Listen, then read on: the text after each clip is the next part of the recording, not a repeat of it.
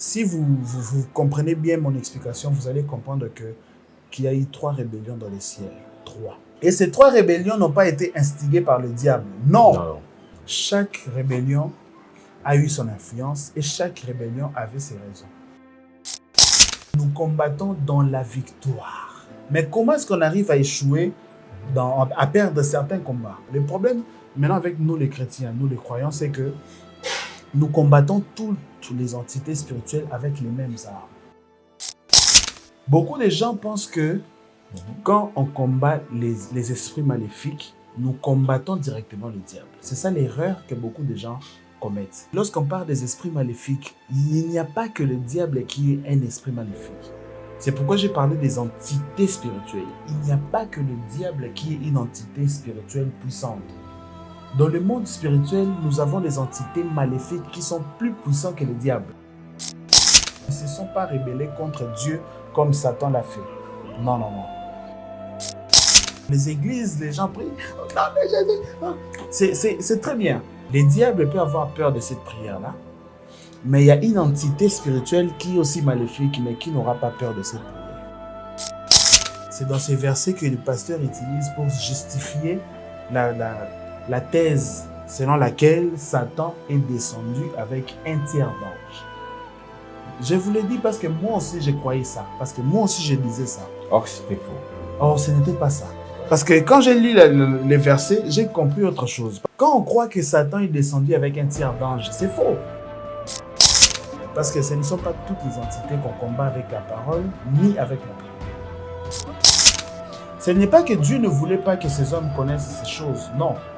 Mais seulement, le temps n'était pas encore arrivé. Parce que Dieu agit souvent sur un calendrier bien précis.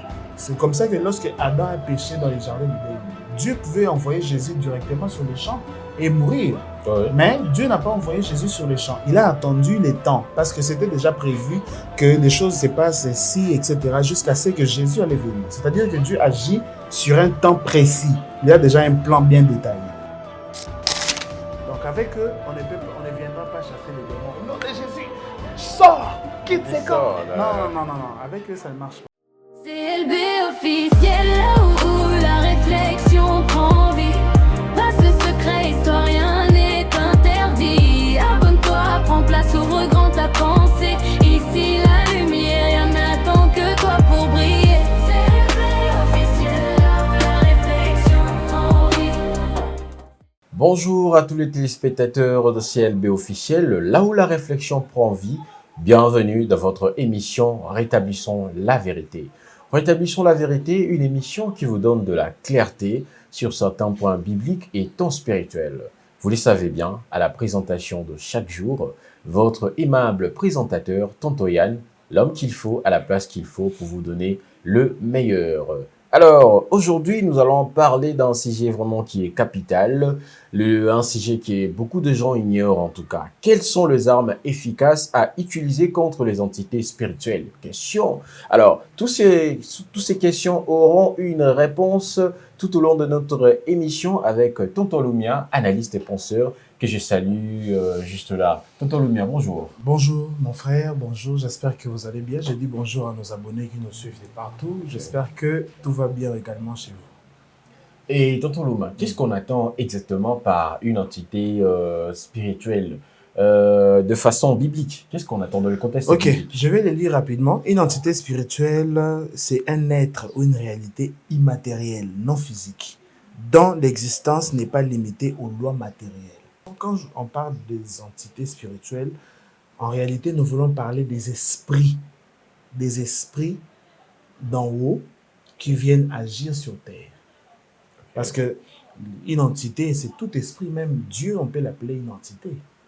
Même Dieu peut être une entité, les bons anges peuvent aussi être des entités. Mais aujourd'hui, nous allons nous concentrer beaucoup plus sur les entités maléfiques. Maintenant, il faudrait savoir que les entités ne sont pas tous pareils. Donc, ils ne sont pas égaux, on ne peut pas combattre une entité de la même manière. Donc, ça, c'est la chose qu'il faut déjà comprendre. Attends, tu vas continuer. Okay. Je vais d'abord bien éclaircir là-dessus pour que les abonnés comprennent bien. Quand je dis que les entités ne sont pas tous pareilles, c'est-à-dire que dans les entités, il y a des degrés de force, il y a des degrés de puissance. Alors, Pour chaque entité, il y a des armes appropriées pour les combattre. Donc, voilà. Donc, si je comprends bien, nous ne pouvons pas utiliser la même méthode pour combattre toutes les entités. Exactement. On ne peut pas utiliser la même méthode pour combattre toutes les entités qui existent. Chacun a sa façon de Chaque combattre. entité a sa force, a son champ d'action. Okay. Et chaque entité, il y a aussi des armes qui existent pour combattre chaque entité de manière spécifique. Parce que une entité, je vais prendre un exemple. Par exemple, si tu veux combattre le diable, tu ne peux pas combattre le diable avec les mêmes armes que tu vas utiliser pour combattre un ange déchu, par exemple. Okay. Je vais l'expliquer. Parce que quand je dis les diables, j'appelle les diables et je les différencie d'un ange déchu. Les gens ne comprennent pas. Voilà. Ouais, les gens risquent de croire que je parle de la même personne, alors que ce n'est pas la même personne. C'est différent. Moi, je considère le diable, je ne considère pas le diable comme un ange déchu. Parce que le diable a été chassé. Les anges déchus, généralement, sont les anges qui ont abandonné volontairement leur dignité. Ça se trouve dans Genèse chapitre 6. Ils ont abandonné leur dignité pour descendre sur terre et ils ont connu les filles des hommes. Ce sont eux qu'on appelle les anges déchus. Mais les diables, moi, je ne les considère pas comme un ange déchu parce qu'il n'a pas quitté le trône, il n'a pas quitté le royaume des cieux volontairement. On l'a chassé. On l'a chassé de force. C'est pourquoi je ne l'appelle pas ange déchu. Donc, je vais retourner à ce que je disais pour ne pas aller trop loin. Okay. C'était juste une parenthèse. Voilà. Alors, le diable, les armes qu'on va utiliser pour combattre le diable, ce ne sont pas les mêmes armes qu'on va utiliser pour combattre les anges déchus. Donc, chaque entité spirituelle a une arme spécifique avec laquelle les combattre. Ok.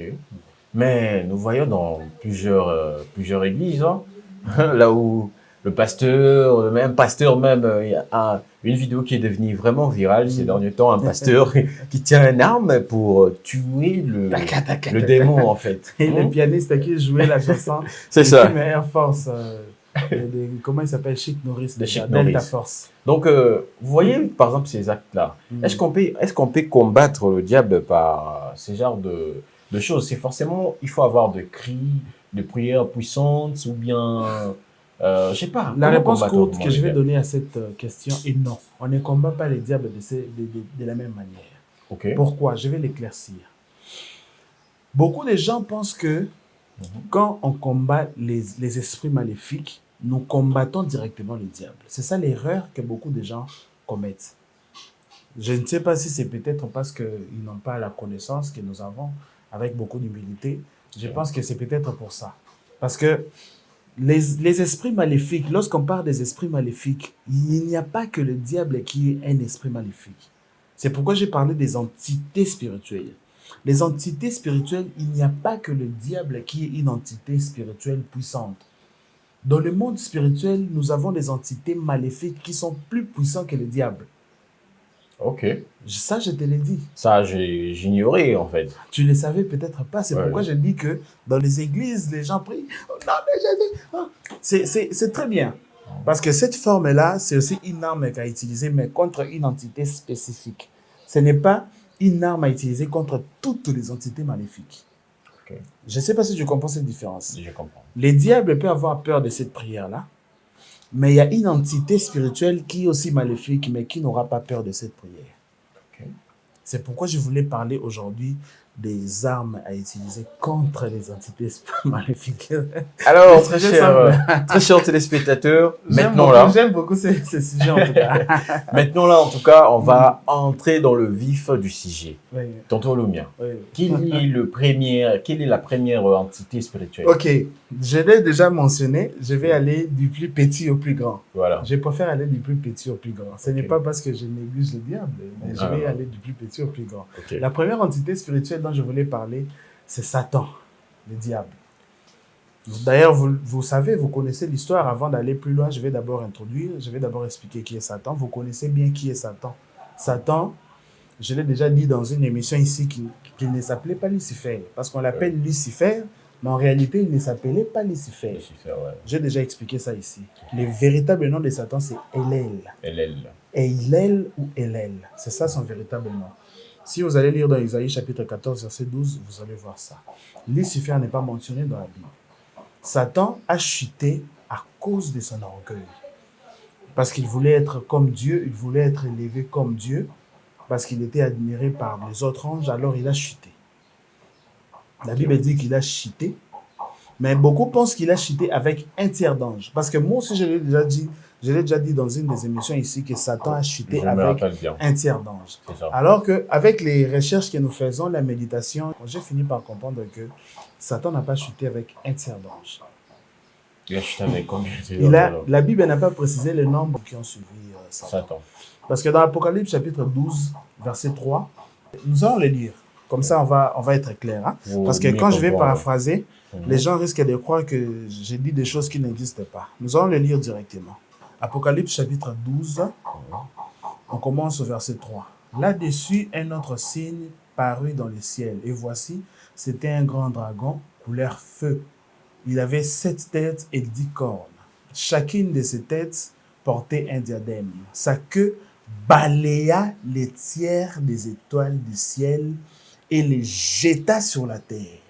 C'est dans ces versets que le pasteur utilise pour justifier la thèse selon laquelle Satan est descendu avec un tiers d'ange.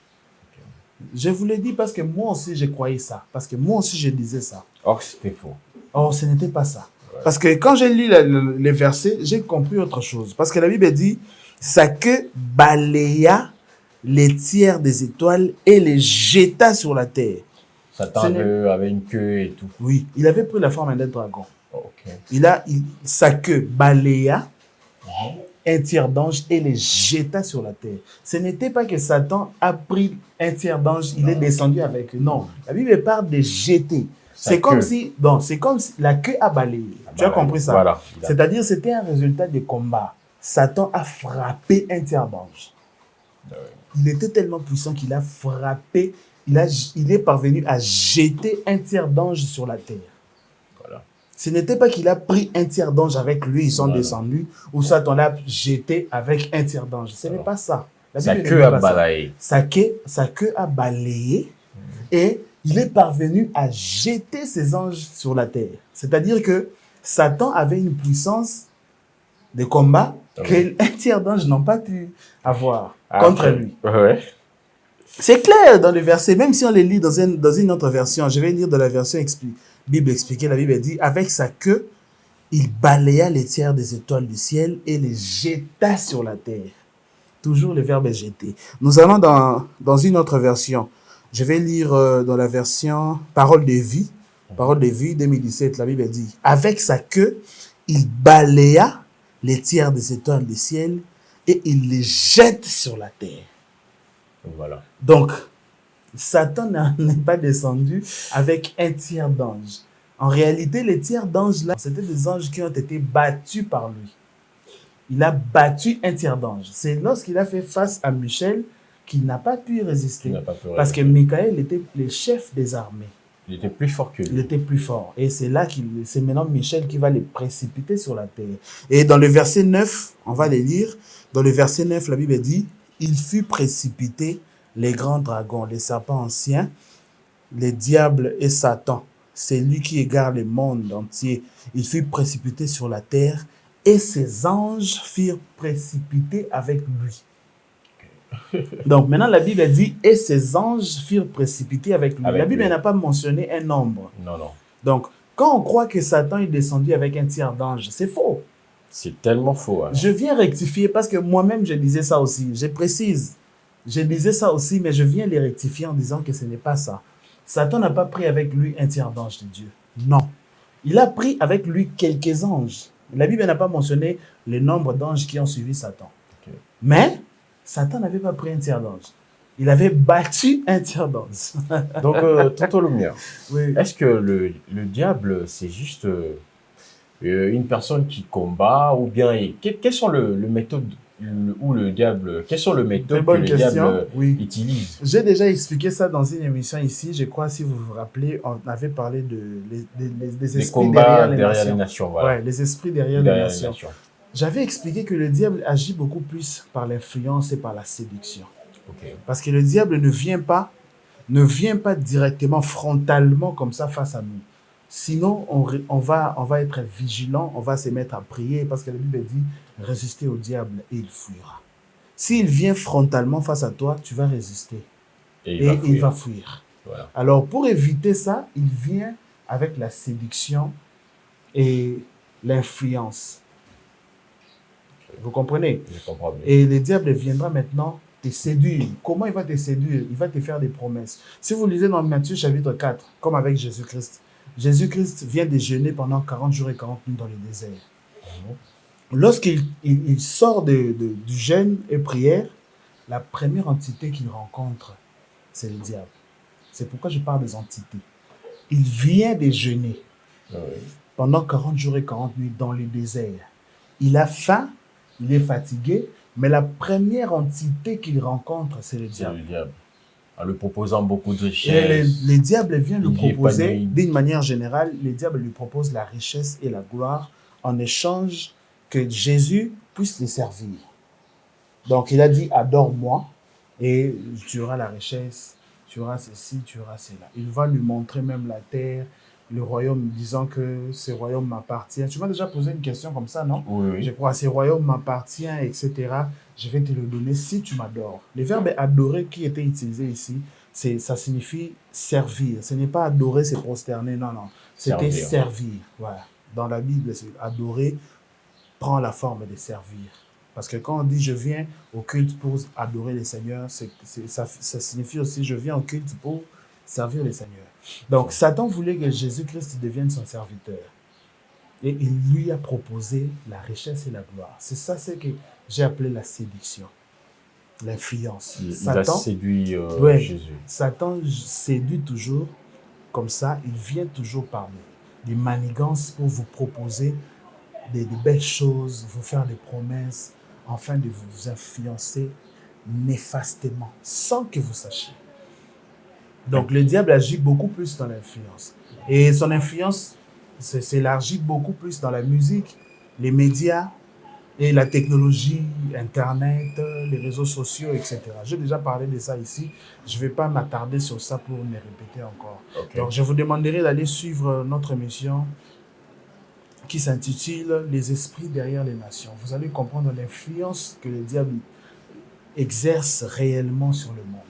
Donc, mais vous savez, actuellement, tout le monde veut combattre le diable, tout le monde veut être vainqueur à ce combat face au diable. Mais quelles sont les armes plus puissantes, les armes spirituelles plus puissantes à combattre le diable? À utiliser pour combattre le diable. Voilà. J'avais déjà expliqué en disant que nous ne pouvons pas utiliser toutes les armes contre toutes les entités spirituelles. Parce qu'il existe plusieurs entités spirituelles maléfiques. Au fur et à mesure que nous allons parler dans cette émission, vous allez comprendre de quoi je parle. Parce que j'ai déjà parlé de la première entité qui est le diable. Alors, l'arme à utiliser contre le diable, nous allons d'abord prendre l'exemple de Jésus dans Matthieu chapitre 4. La réaction de Jésus. Lorsque Jésus, le diable a proposé à Jésus, il a dit, il est écrit, etc. Jésus va lui répondre, il est aussi écrit. C'est-à-dire que la première arme à utiliser contre le diable, c'est la parole de Dieu. La parole de Dieu. La parole. Parce que le diable vient avec des promesses, il vous fait des promesses, il vous montre des choses. Vous utilisez aussi la parole de Dieu contre lui. Non, il est écrit, mon serviteur montera, les malheurs atteignent souvent les justes, etc. Mais Dieu l'en délivre toujours. Le diable peut venir te montrer ta souffrance. Hein? Il vient te montrer ta souffrance et te dit, regarde combien tu souffres, regarde comment les autres évoluent, toi tu es toujours là derrière. Est-ce que tu ne peux pas toucher les fétiches? Est-ce que tu ne peux pas sortir avec cette dame-là? Est-ce que tu ne peux pas sortir avec ces messieurs-là, cet homme marié? Regarde ta vie, etc. Le diable vient te montrer ta vie, comment elle est médiocre, comment tu vis de la pauvreté. Et toi, tu commences à réaliser que oui, il a raison. Oui. Oui, il a raison. Il utilise ta propre vie contre toi. Maintenant, l'arme la plus efficace à utiliser contre le diable, la première arme, c'est d'abord la parole de Dieu. La parole de Dieu. Donc, c'est comme ça, il faut lire, méditer la parole de Dieu pour comprendre quelles sont les promesses qui sont rattachées dans la vie des croyants. Nous, en tant que croyants, la Bible dit, vous serez la tête et non la queue. Si le diable te fait croire que tu es en retard, tu dois lui dire que je ne suis pas en retard, mais j'attends le temps de Dieu, parce que mon Rédempteur s'élève, il s'élèvera en dernier. Ce sont des choses qui sont écrites dans la Bible. Et je serai le vainqueur. Et je suis plus que vainqueur. Non, même si tu es malade, etc., tu te dis, Satan te montre ta maladie, disant que tu vas mourir de ça. Tu lui dis non. Par tes meurtrissures, nous sommes guéris. Par les meurtrissures de Jésus, nous sommes guéris. Jésus a souffert à la croix. Même s'il te montre tes péchés, disant que non, regarde tes péchés, tu ne peux pas aller à l'église, tu ne peux pas prier dans cet état, Dieu ne va pas t'accepter. Tu es un pécheur. Il te fait croire que Dieu va te rejeter. Alors que la Bible dit, Dieu a tant aimé le monde, il a donné son Fils, il est venu pour toi. Donc, en réalité, il a besoin de toi avec ces péchés-là. C'est ça, pour changer. Que tu viennes à lui comme tu es. Viens à lui comme tu es et il va te laver de toute iniquité, de tout péché. Tu vois, pour connaître ces choses-là, il faut lire la parole de Dieu. C'est pourquoi je dis que la première arme à utiliser contre le diable, c'est d'abord la parole. Méditez, lisez la parole pour avoir des armes à utiliser contre lui. Ça, c'est la première arme. La deuxième arme à utiliser contre le diable. Je parle d'identité, les diables. Oui. Les diables, la deuxième arme, c'est la prière.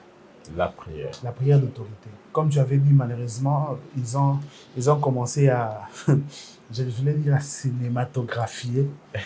Ils ont commencé à cinématographier la prière d'autorité. Démon, non, avec des armes en plus. Non, bon, ça c'est trop la guerre avec Satan. Même Satan, là où il est, il commence à rire. Les autres même ont soutenu en disant non, c'est une façon de montrer comment prier, tout ça. Ah, non, ce n'est pas ça. Est-ce que les apôtres priaient comme ça? Non, même pas. Je ne pense pas. Nous n'étions pas là, oui, mais nous lisons dans les Écritures. Déjà, à l'époque, il n'y avait pas des armes, donc je pense qu'ils ne priaient pas de cette façon-là. Ils avaient des armes, ils avaient des épées, des couteaux, etc., mais ils n'ont pas prié comme ça. Voilà. Mais la prière d'autorité, c'est la deuxième arme à utiliser contre le diable. Il faut chasser les démons. La Bible dit résister au diable. Et dans Luc, chapitre 10, verset 19, la Bible dit « Je vous ai donné le pouvoir de marcher, sur les serpents. » Les serpents, c'est le diable. Oui. La Bible l'appelle les serpents anciens. Nous venons de le lire dans Apocalypse chapitre 12. Les serpents, c'est le diable. La Bible dit encore, toujours dans Luc chapitre 10, 19, « Je vous ai donné le pouvoir de marcher sur les serpents. » 2. Sur les scorpions. Les scorpions sont définis comme des démons. Les anges qui accompagnent Satan, on les appelle les scorpions. Donc, la Bible nous donne maintenant, Dieu nous donne le pouvoir de marcher sur les serpents, lui-même le diable, et aussi sur les scorpions, c'est-à-dire sur ces anges. Et troisièmement, la Bible nous donne également le pouvoir de marcher sur toute la puissance de l'ennemi. C'est un ensemble de sorciers, magiciens, tous les gens qui travaillent pour le compte du diable, de Satan. Tous les gens qui travaillent pour le compte de Satan, ce sont eux qu'on appelle les diables. La puissance de l'ennemi. Maintenant, Jésus nous donne la puissance de marcher sur les serpents, sur les scorpions et sur la puissance de l'ennemi. Et il ajoute à la fin, rien ne pourra vous nuire. C'est-à-dire qu'avec la prière d'autorité, tu as le pouvoir de chasser les démons, tu as le pouvoir de chasser les sorciers, tu as le pouvoir de chasser même le diable lui-même. Et rien ne pourra te nuire.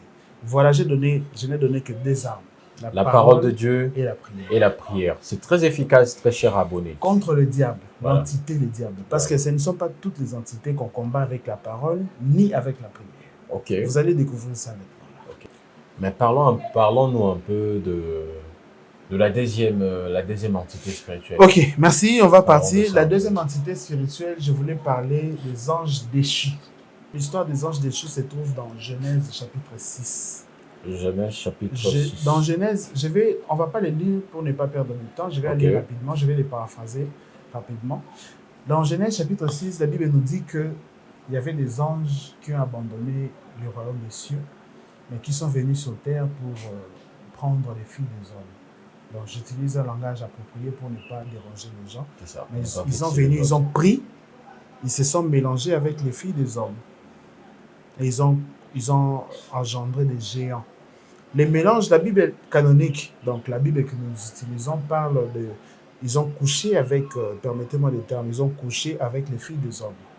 Okay. Mais dans les livres apocryphes, les livres d'Enoch, les anges veilleurs, ce sont des anges veilleurs, c'est-à-dire qu'ils sont près de la terre, ils veillent à la création de Dieu. Ils ont pour mission de veiller sur les hommes, sur tout ce que Dieu avait créé. Alors ces anges-là sont descendus, ils ont transmis de la connaissance à l'homme. La connaissance de la médecine, comment il fallait créer des armes comment il faut faire ceci. Si tu fais comme ça, tu vas créer une arme. Si tu le poignardes comme ça, il va mourir. Ils ont transmis cette connaissance-là aux hommes. Ils ont transmis la connaissance de la magie. Comment jeter des sorts aux gens, des sortilèges. Comment il faut créer des médicaments avec les herbes. Comment il faut invoquer les esprits. Comment il faut invoquer les anges pour qu'ils viennent agir par rapport à une situation donnée. Donc, c'est-à-dire, ils ont transmis des connaissances interdites aux hommes. Ce n'est pas que Dieu ne voulait pas que ces hommes connaissent ces choses, non. Mais seulement, les temps n'étaient pas encore arrivés. Parce que Dieu agit souvent sur un calendrier bien précis. C'est comme ça que lorsque Adam a péché dans les jardins d'Éden, Dieu pouvait envoyer Jésus directement sur les champs et mourir. Ouais. Mais Dieu n'a pas envoyé Jésus sur les champs. Il a attendu les temps parce que c'était déjà prévu que les choses se passent ainsi, etc. jusqu'à ce que Jésus allait venir. C'est-à-dire que Dieu agit sur un temps précis. Il a déjà un plan bien détaillé. Alors, il avait déjà prévu quand est-ce qu'il allait donner la connaissance, cette connaissance-là aux hommes.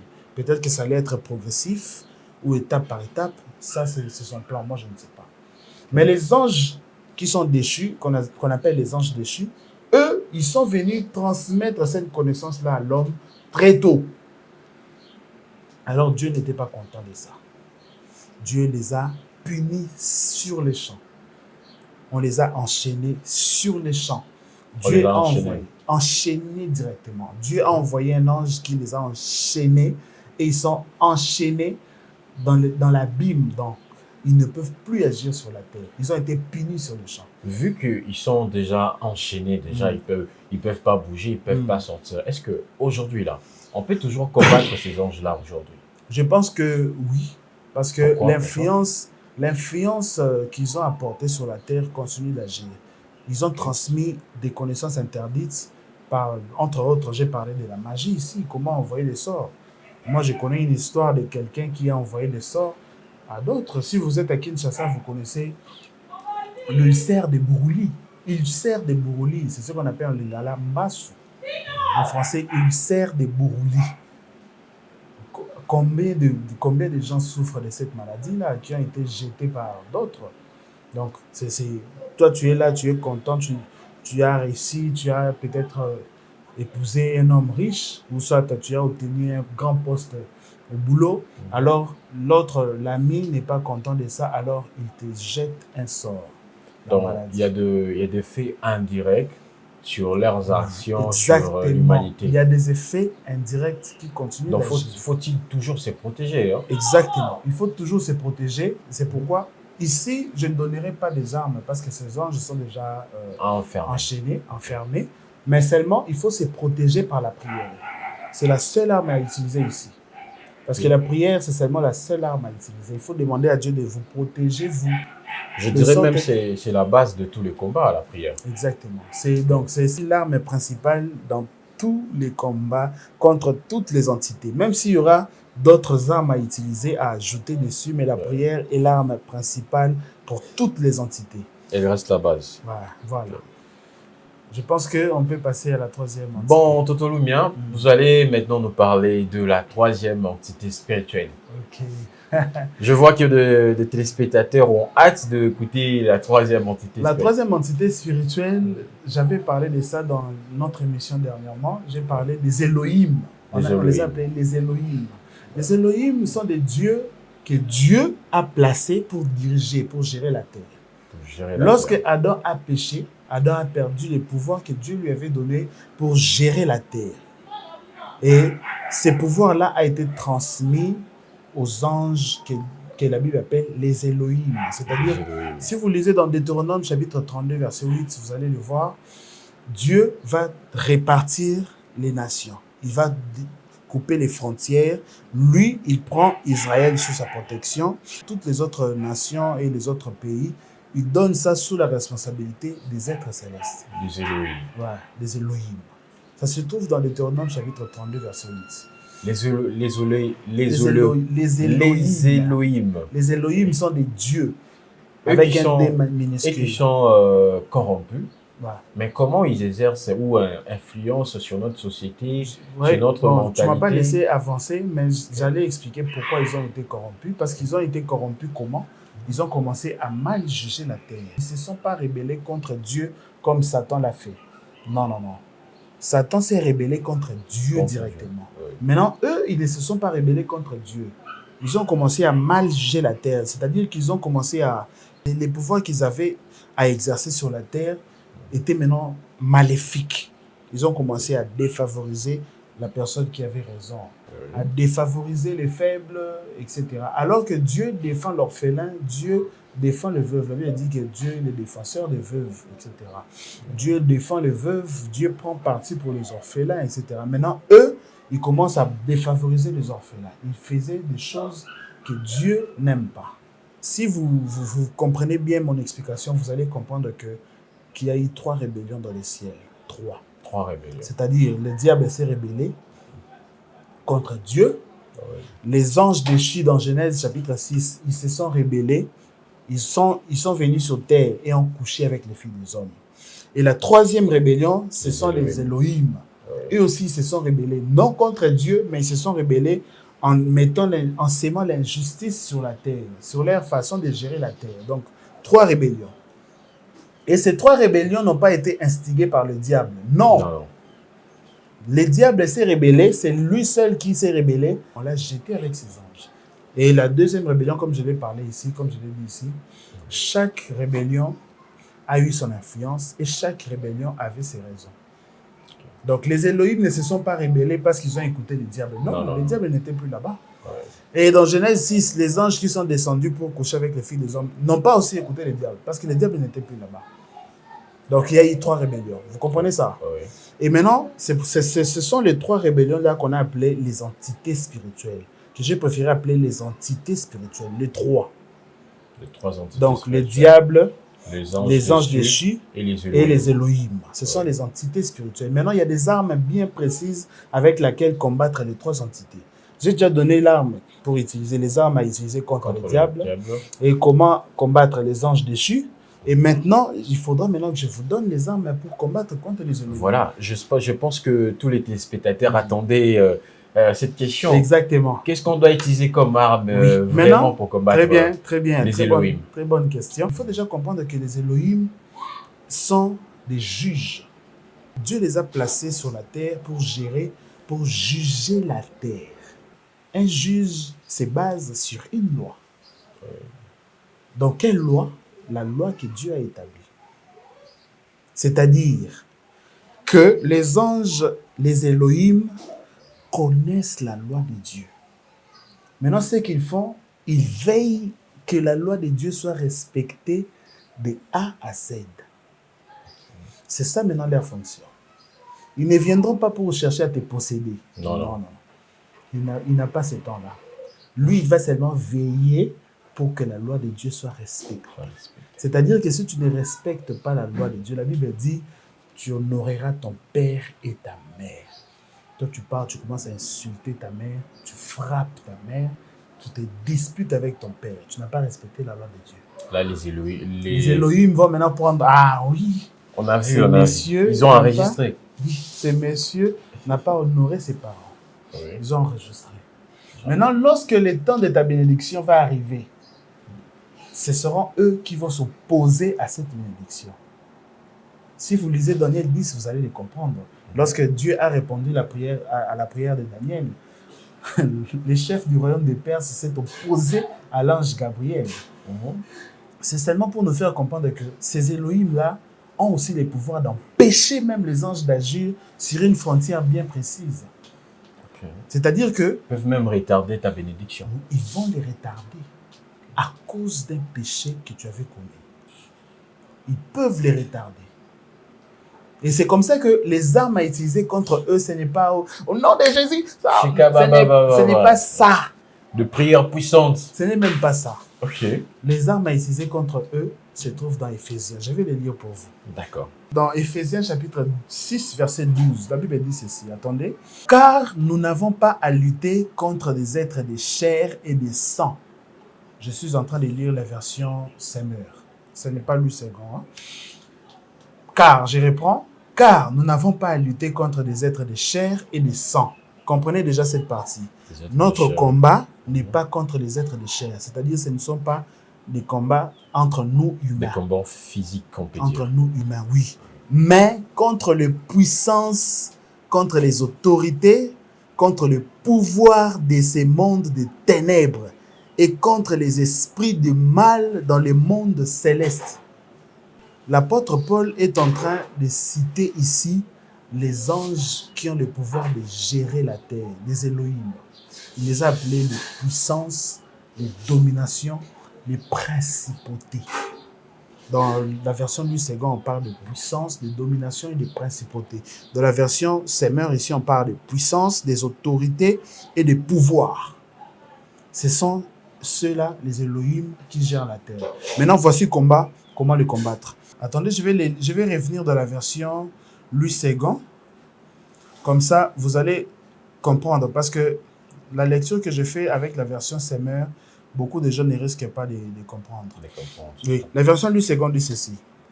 C'est pourquoi prenez toutes les armes de Dieu afin de pouvoir résister dans les mauvais jours et tenir ferme après avoir tout surmonté. Maintenant, il nous cite les armes à utiliser contre les Elohim. Écoutez bien. Tenez donc ferme, ayez à vos reins la vérité pour ceinture. Donc, la première arme, il parle de la vérité comme ceinture.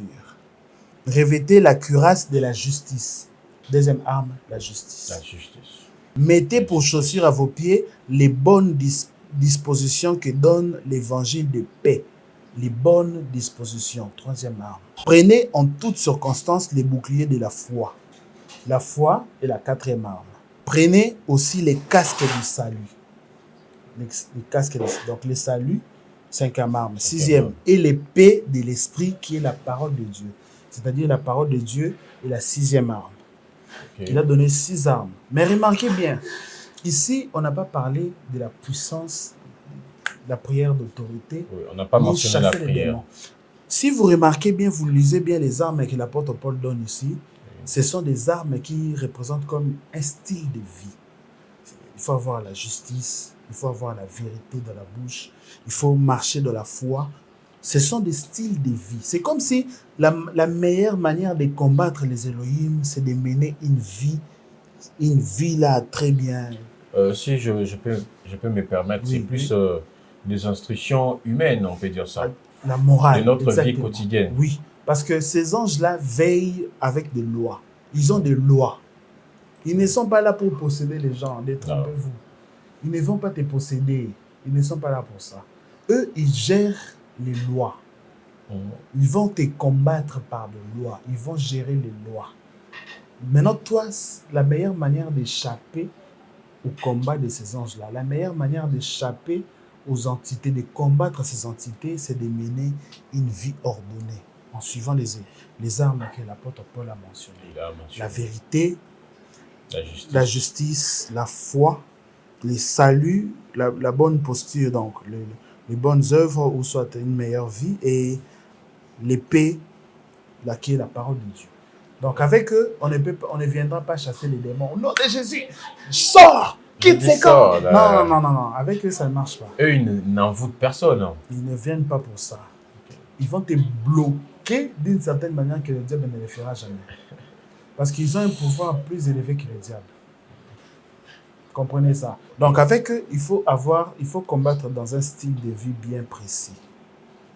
Je ne sais pas si vous comprenez. Il faut vivre dans la droiture. Donc, si vous comprenez tout ce que je viens d'expliquer, si vous allez comprendre que chaque entité a une arme bien précise. Si vous retenez seulement toutes les armes que j'ai citées ici, pour combattre chaque entité, vous aurez la victoire dans tous les combats. Oui.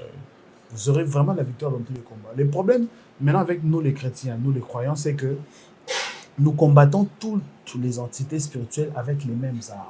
Oh, c'est différent. C'est pourquoi on échoue. C'est pourquoi on n'arrive pas à les battre. Tu comprends? Oui. C'est pour ça qu'on n'arrive pas à les battre, parce que nous les combattons avec les mêmes armes.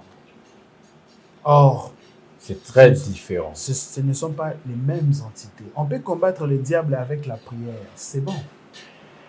Avec avec les chasser les démons avec la prière d'autorité. Mais on ne peut pas combattre les Elohim avec la prière d'autorité, ça ne marchera pas. Ça ne va pas marcher. J'espère que vous avez compris. C'est un secret que je vous livre en tant que croyant. Si vous comprenez ces armes-là, je vous assure que vous aurez toujours la victoire dans tous les combats spirituels. Voilà. Tonton Lumia, vous avez parlé de diable, vous avez donné des méthodes, comment se protéger, même avec les anges dessus, même aussi avec les Elohim. Avec, même avec les Elohim. Je ne comprends pas pourquoi j'ai du mal, mais comprenez-moi en fait. Mais toutes ces entités spirituelles que vous avez parlé, qu'est-ce que votre audience doit vraiment retenir dans tout ça pour se protéger de tous ces entités spirituelles? Comme je viens de l'expliquer, pour atterrir ici, j'ai dit que si les personnes qui nous suivent comprennent les différentes armes à utiliser contre quelle entité, je vous assure que vous aurez toujours la victoire. Parce que la Bible dit que nous combattons dans la victoire. C'est une nuance qu'il faut déjà comprendre. Tous les croyants, nous tous qui croyons en Jésus-Christ, nous combattons dans la victoire. Mais comment est-ce qu'on arrive à échouer, à perdre certains combats? Ce n'est pas parce que Jésus n'est pas fort. Non, c'est parce que nous utilisons la mauvaise arme contre la mauvaise entité. C'est ça maintenant la réponse. Si vous comprenez, vous arrivez à identifier quelle entité s'oppose à vous. Si c'est le diable, si c'est l'ange déchu, ou si ce sont les Elohim qui sont contre vous. Vous allez le comprendre comment. Je viens d'expliquer ici comment chaque entité agit. Si vous avez peut-être péché dans une loi et que vous remarquez que votre bénédiction ne vient pas, comprenez déjà que vous faites face aux Elohim. Ce n'est pas les diables, ce sont les Elohim. Parce qu'eux, ils veillent sur la loi de Dieu. Donc, vous allez comprendre déjà, puisque je fais face aux Elohim, je dois les combattre avec telle arme. On a déjà donné tous les armes. Donc, répondez-vous. Ça veut dire que vous avez deux armes dans vos mains. Oui. Même, je peux même aller plus loin dans vos téléphones parce que la vidéo va passer, l'entièreté de la vidéo va passer sur YouTube. Exactement. Et allez, abonnez-vous dans votre chaîne. Oui, je vais préciser, les armes à utiliser contre les Elohim se trouvent dans Ephésiens chapitre 6, verset 12 à 16. Allez les lire. Vous allez retenir ces armes-là dans vos cœurs, dans vos têtes et dans vos cœurs. Comme ça, vous aurez juste à combattre, à utiliser ça contre les Elohim. Si vous faites face au diable, vous savez quoi faire. Donc, j'ai donné toutes les armes. Donc, mon audience, vous qui me suivez, sachez que si vous mettez en pratique toutes ces choses-là, vous aurez toujours la victoire. Toujours. C'est ça. La victoire dans tous vos combats. Voilà.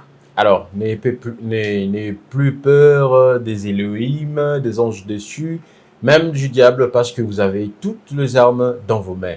Très chers téléspectateurs de CLB officiel, là où la réflexion prend vie, nous sommes arrivés pratiquement à la fin de notre émission, mais nous ne pouvons pas nous partager comme ça. On aimerait bien écouter un dernier mot de Tonton Lumia. Je ne sais pas, ça sera un conseil, une motivation, je ne sais pas trop, Tonton Lumia. Un dernier mot. Ok, comme dernier mot, je demanderai aux abonnés de s'abonner de la tautologie. Okay.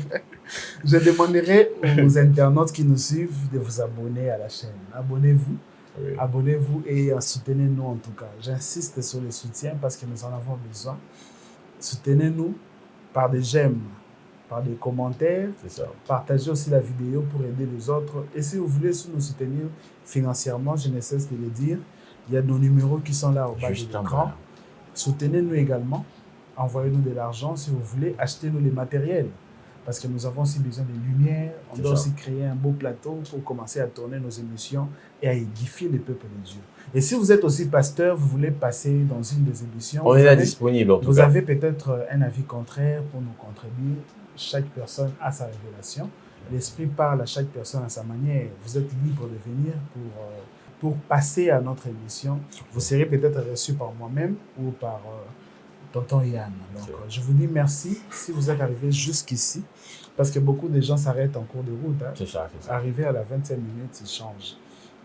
Mais si vous êtes arrivé jusqu'ici, en tout cas, je vous remercie beaucoup et que Dieu vous bénisse. Bon, moi, Tonton Yann, l'homme qu'il faut à la place qu'il faut, j'ai un dernier mot contre moi, Tonton Lumia. Okay. Mon dernier mot, ça sera, abonnez-vous, partagez la vidéo et en tout cas, n'oubliez pas de nous soutenir par vos likes, vos commentaires et en tout cas, ça nous fait vraiment du bien. Bon, c'est la tautologie. On se retrouve à la prochaine émission. Merci de nous avoir suivis en tout cas. Bye. CLB officiel.